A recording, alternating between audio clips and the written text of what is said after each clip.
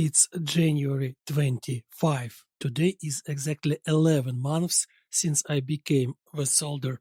All these 11 months, I almost never part with my rifle. Like almost all soldiers of the Ukrainian army, I was given an AK-74 Kalashnikov assault rifle. This is the most massive type of small arms in the army.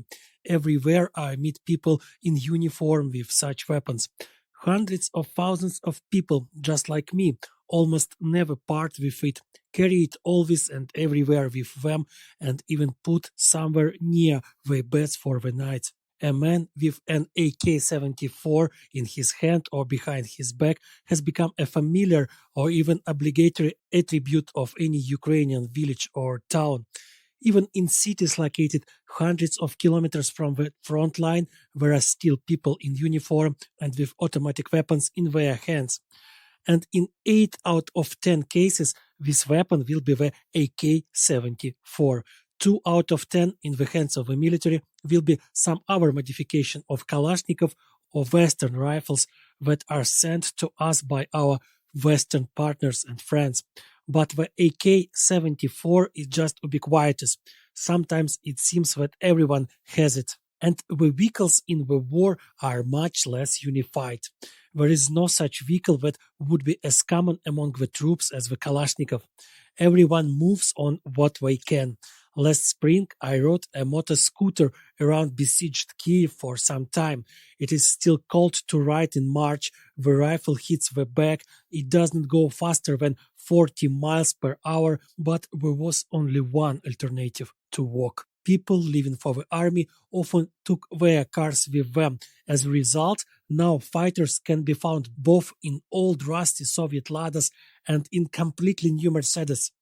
It is important to understand that the Ukrainian army in the first days of the war increased in size several times, and tens of thousands of new soldiers and officers simply do not have enough of cars and trucks that were at the disposal of the state.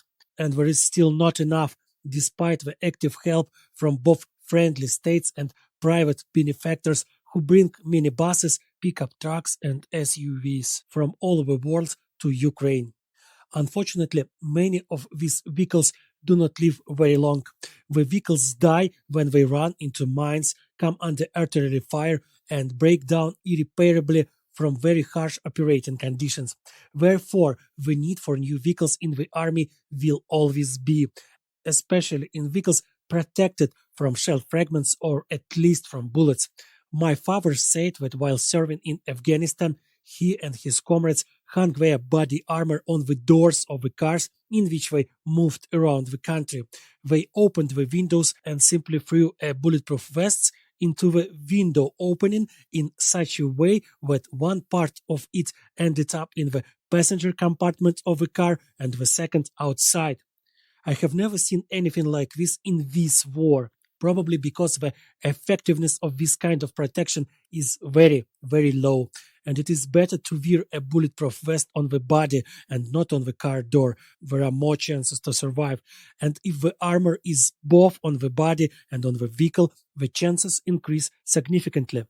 Therefore, the Ukrainian army has a huge number of self-made armored vehicles. Journalists and researchers even write books about them and release documentaries. They are made literally from what was at hand.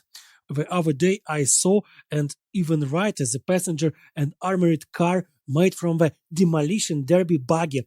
As a defense, door from a long broken armored personal carrier were welded into it and a machine gun nest was installed at the back. This impromptu armored car looks like both First World War vehicle and the strange desert warrior vehicle from the Mad Max. But it fulfills its task.